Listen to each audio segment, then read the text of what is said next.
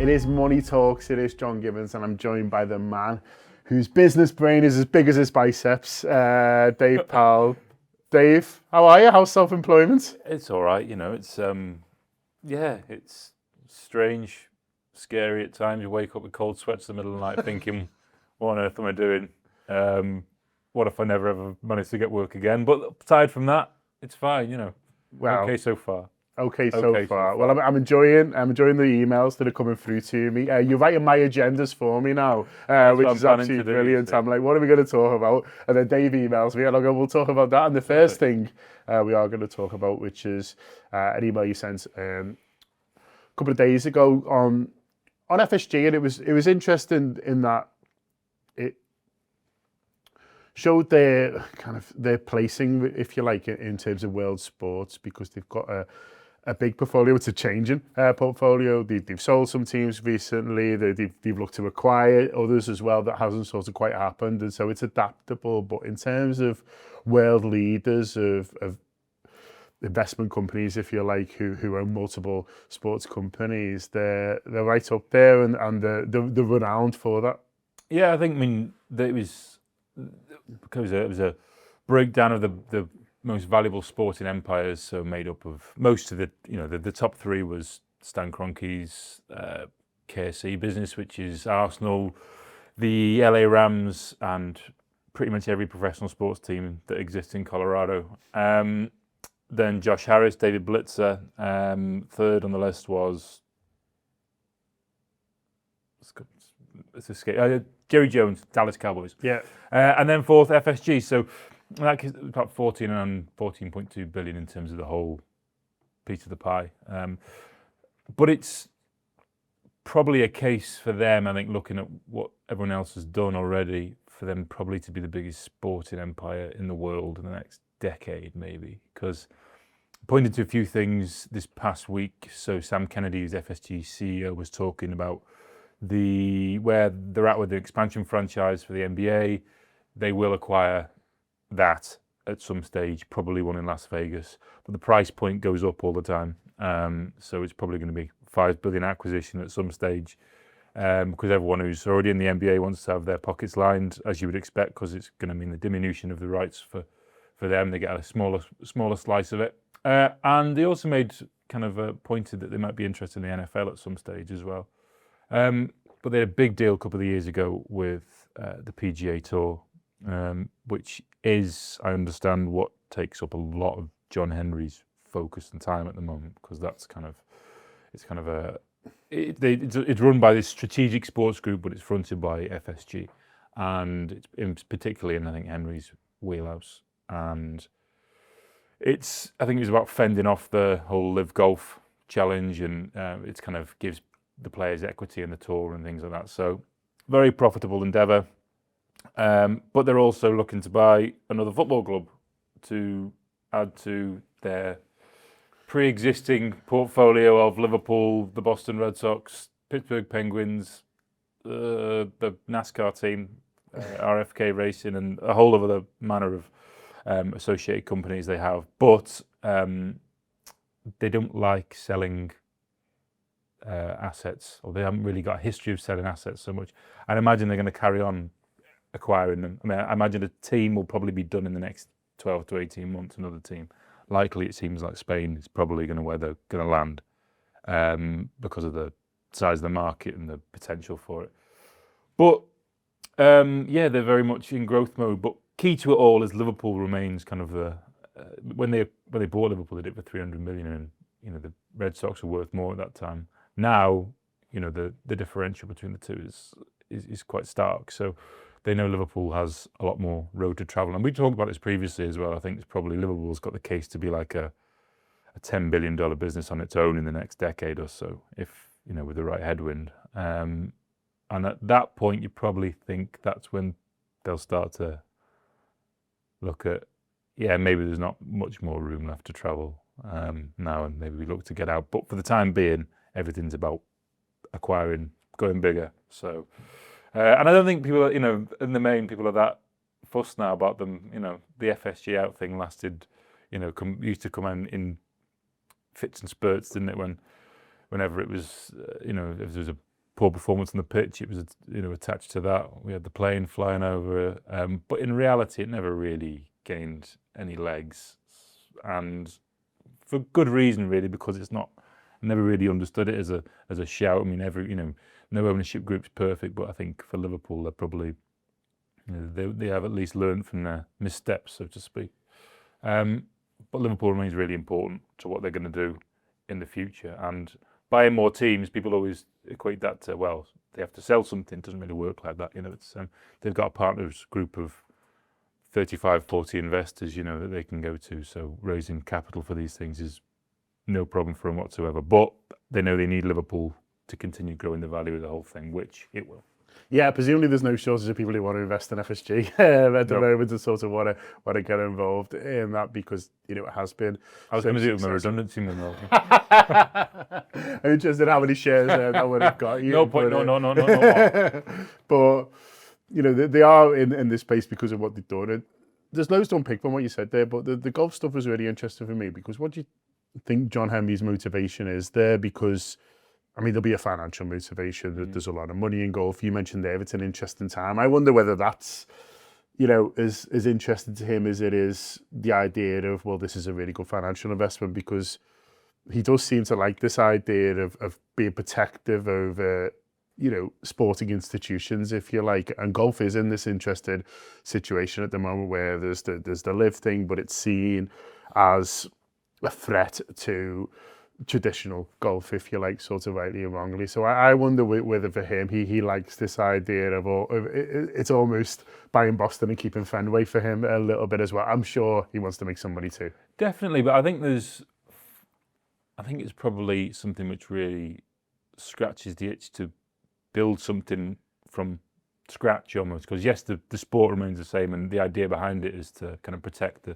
traditional element of golf, but golf, like any sport, has to evolve in some way, shape or form because the people that different people consume it as we go through the generations, etc. But I think with this, they're able to build something kind of from the ground up and give the players a part of it. And you don't really have the ability to do that when you purchase a sports team, you invest in its success and its infrastructure, but you don't get so much to change the whole dynamics of the sport. With really what they're doing with the PGA Tour is changing the dynamics of golf as a sport and how the players, how they're able to attain wealth through it. And it probably, how many more things could, if you are in your mid-70s and you're worth several £1 billion, you to get you out of bed and to be motivated, you have to have, has to be a significant challenge and a task at hand. And probably Liverpool looks after itself through the leadership team that already exists through it, so Mike Gordon, you've got at the very top, I think Tom Werner and obviously Billy Hogan, and then it kind of feeds through to the leadership team they have there. Red Sox, Henry has more of a kind of involvement in on a day-to-day basis, I suppose, because they're Boston based and that was the first acquisition. But this is like building a business thing. And that's kind of what they like to do. So I think the PGA Tour thing that's pretty scratches an itch, but also it has huge kind of financial upside for them because comes at a point where golf's still hugely popular, even though it hasn't really.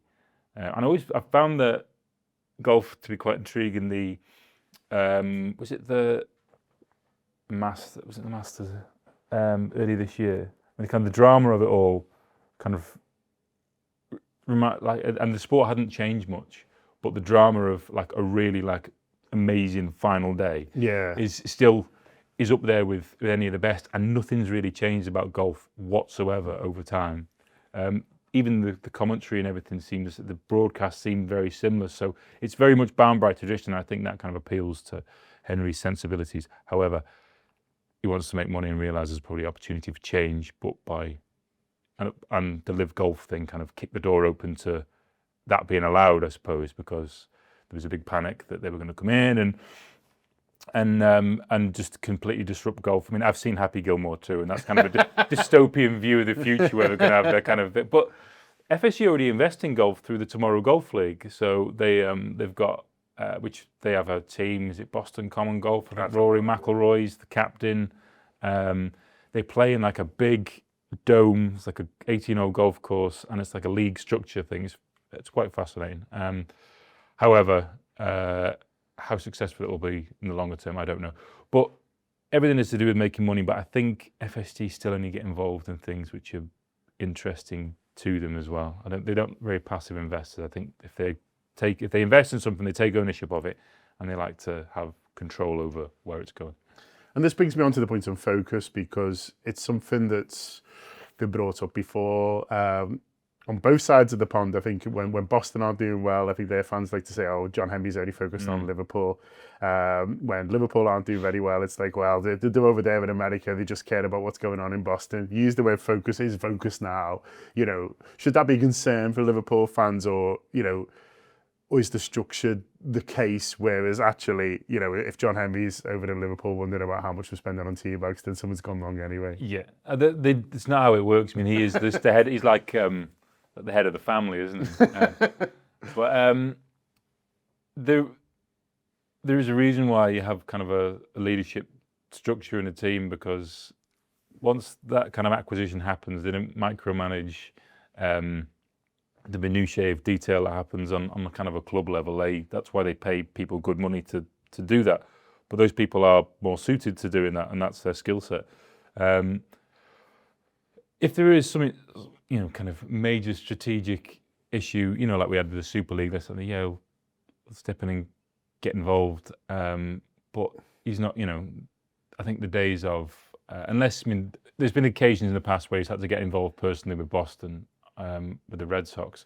But again, when he bought that team, he did it as kind of, he was very close to it, and then it's kind of built out since then. But the Liverpool one has always kind of been arm's length with Liverpool, really. It's always been the ownership, it's never been John Henry's team. It's always really been, FSG's are the owners rather than John Henry is the owner. He's a principal owner, yes, but there's kind of the understanding that he is just that, that they are just who are the overseers of it, all the custodians of the football club. So I don't think there should be any concern over where his attention lies, because if I would be more concerned if he was tinkering and heavily involved, because you only have to look at what happens when people whose skill set isn't what they're getting heavily involved in. So Todd Bowley effectively became Chelsea's sporting director for a period of time. Yeah.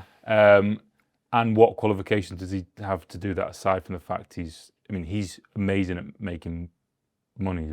He's an entrepreneur, business builder, phenomenal. He doesn't know anything about how to recruit for a football team, And when owners get too heavily involved, that's when problems start. Ideally you want the main man to be complete arm's length, and and only show his face as and when it's needed. When the title parade's required, come out, wave, shake hands. But other than that, there's enough good people to make sure it kind of continues. Absolutely. We're going to go on to talk a little bit about Liverpool's partners, but I do want to give a shout out to ours. Just as lucrative, of course, we are partnered with NordVPN for the rest of the year. Really appreciate their ongoing support. Like Liverpool Football Club that we're going to come on to, we love long-term partnerships. We love getting to know people and selling them authentically. And Nord, I use it all the time, probably primarily to change my virtual location. So we've just been out on holiday. Dave, obviously had to keep in touch with celebrities. We haven't been out on holiday. Me and Dave was in the gym every morning. I was drinking pina colada. I would have come. But most importantly, I did keep in touch with their celebrity traders, because I was absolutely obsessed about it. So I was able in sunny Mallorca to change my virtual location to the UK, access the wonderful BBC, which we need to protect at all costs and enjoy celebrity traders. So there we are. So that's one way. Obviously, if you're here as well and there's some things being streamed outside of the UK, that might even be taking place in the UK that aren't available here, but they are. It allows you to do it the others way as well. So on a Saturday afternoon, I'll often change my virtual location to the US, use my Peacock subscription that I've got, and enjoy all sorts of things that might be available to the Americans at 3 p.m. in the UK that aren't here. So all that, and all the internet security and everything else that Nord does provide that is very, very important to people as well. So if you want to get involved in that, nordvpn.com/TAW, they'll give you a fantastic price there. There's exclusive to you, and you will be supporting the Anfield Wrap as well. So there we are, seamless, Dave, partnerships. Liverpool like the Anfield Wrap, like these long-term partners. They want people in place. They've secured Coca-Cola again, which is a long-term one, and a couple of others recently as well. They're doing well. People like to be associated with success. I mean, it's just like NordVPN. But just seamless. So these the start of the season hasn't been great, but in the longer term, that's just it's a run of form. But the wider picture is, people want to be associated with success, and if you're trying to sell things on the back of a Premier League title campaign, great. Big brands like Liverpool, because they are in the main. They don't offer any reputational risk. We've had we had the Super League in the past, but all the 6 clubs are at it. I think, and that is valuable to brands. So they had the Coca-Cola one, which is a really long-term one. But they had, obviously, Adidas came in during the summer, which is going to be a decade. A lot of money, probably close on $1 billion over the course of that deal. If all conditions and everything are met, that's probably achievable. But Standard Chartered is probably the next big one on the horizon. They've been club partners since just before FSG arrived, early part of 2010. So there's by the time that finishes, there's going to be people who've been born, been through school, finished college, and are going to university, and there's only ever been like Standard Chartered on the front. But to me, it still seems like a really recent sponsorship deal. Whether that continues, maybe, but it finishes 2027. We are the back end of 2025 now, so those kind of talks will already be ongoing. And there was an interesting piece of research from the the sponsorship publication, the sponsor, early part of this year, about which sponsorship deals were undervalued compared to the rest of the Premier League, and a lot of them in the top 6 or 7 clubs, only 2 were undervalued deals, and Liverpool was one of them, quite significantly by about £10 million. United was overvalued by about £10 million, but that's a lot of that's attributed to just not being great on the pitch for the past few years. But imagine Liverpool's leverage from the last time they went to market for this is now far higher than what it was then. So there's a good case to make for them, reaching 75, 80 million pounds. It's about 50 million pounds at the moment per year, the Standard Chartered one.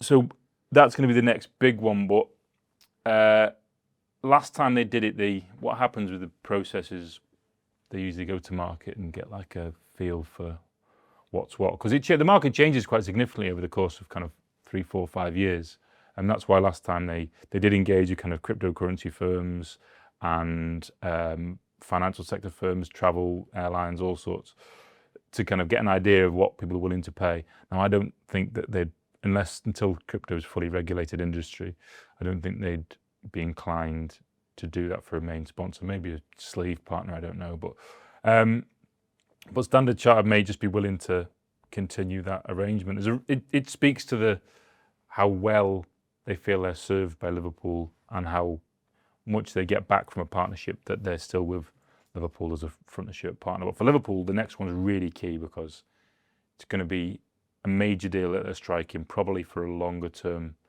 than previous, and going into a new decade. And really building on their success of the past few years. And it's probably going to be the one which outstrips the likes of United, etc., and really puts them and City at the very pinnacle of it all, really. I'm interested to see what happens with Spurs, because theirs is ending the same time, and they've got stadium naming rights to go up as well, which is something Liverpool will never do. So the scarcity of the fact that Liverpool sponsors, how many sponsors have we had since the 80s? Yeah, it's not many. Yeah, it's if you think about Standard Chartered, obviously, been there a long time now. Before then, it was Carlsberg for an awfully long time. They're Because still, they're still attached. Well, 30 years now. It was 30 years last year. There was a big sort of, say a big celebration. They celebrated it, and so they should. But 30 years association, and you compare it to someone like Chelsea, who've gone big stretches of the last few years without even on the front at all, because effectively they couldn't sell it for what they wanted to. It's quite a stark difference. Yeah, and once you sell it for less than what you feel it's worth, that becomes the price point for it. So that's why it remains empty. Yeah, I mean, so scarcity value is like a really, really important thing to factor in, because these things don't come up very often. And that means people will be willing to pay for it because it's like a premium product, especially if someone else goes on a journey with Liverpool, if Standard Chartered do finish, and that becomes 15, 20 years, that's really, really impactful.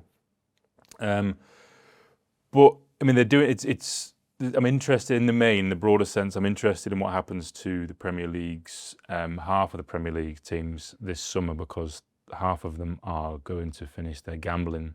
The gambling ban comes in. And they're all faced at the same time looking for commercial partners. And gambling firms used to pay a bit more because they had the ability to do so, but also because it was that was a big part of their marketing strategy, because you're speaking to football fans who would bet on the games, etc. But I think there's going to be a few clubs who are going to get I think Everton might be the outlier in terms of they've got the stadium as well.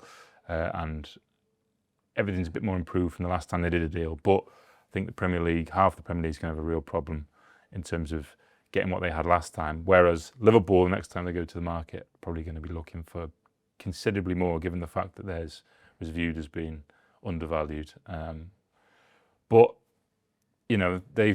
every other week seems to be kind of a commercial partnership being pulled out. But it's so important, because we've talked about it previously. Other stuff will decline, like broadcast revenues eventually will start to decline. So clubs need to be able to continue to pay big wages, because Liverpool's wage bill for when the next accounts come out is going to be 400 million plus. It's a lot of money. And what was it John Henry said, really unpopularly said, when he was talking to Red Sox fans at their winter bowl, when they used to do it, they stopped it after he got heckled about just baseball players being expensive, or football players are expensive, and they're not going to get any cheaper. So they have to continue to. So we're going to see more and more of it. There comes a point where you can only have so many and do so much for each, but there's going to be more and more of it. And I think the fact that Liverpool's commercial revenue was about 308 million last time, it's probably going to be closer to 350 this time. And by the time the Adidas deal kicks in the following year, it's probably going to be close to 400 million. So these things keep on going up. But what it does really, and it's not probably good for the health of the Premier League overall, is that gap becomes bigger and bigger. And then we're getting into a wider question of how long or how many more years into the future do we see it before these teams, the biggest teams, are just too far away from everyone to make a normal domestic league work. But that's a really massive chat to have for another time. And also, Liverpool got beat by Brentford a couple of weeks ago, so it feels like I don't mind it. Yeah, I don't mind it to be. I quite like it to be less competitive when you actually seems sort of too competitive. Exactly. Crystal Palace have won three times. Anyone can beat us. Doesn't feel like something we necessarily need to worry about. But from a fan's point of view, you can look at these things and say, well, why should I care? But as someone who's passionate about ticket prices and is passionate about, I think that everyone who's working in this city should be able to afford to go to Liverpool and watch a Liverpool team. Obviously, there's access. That's a sort of a separate thing for another day. But in terms of affordability, I think it is.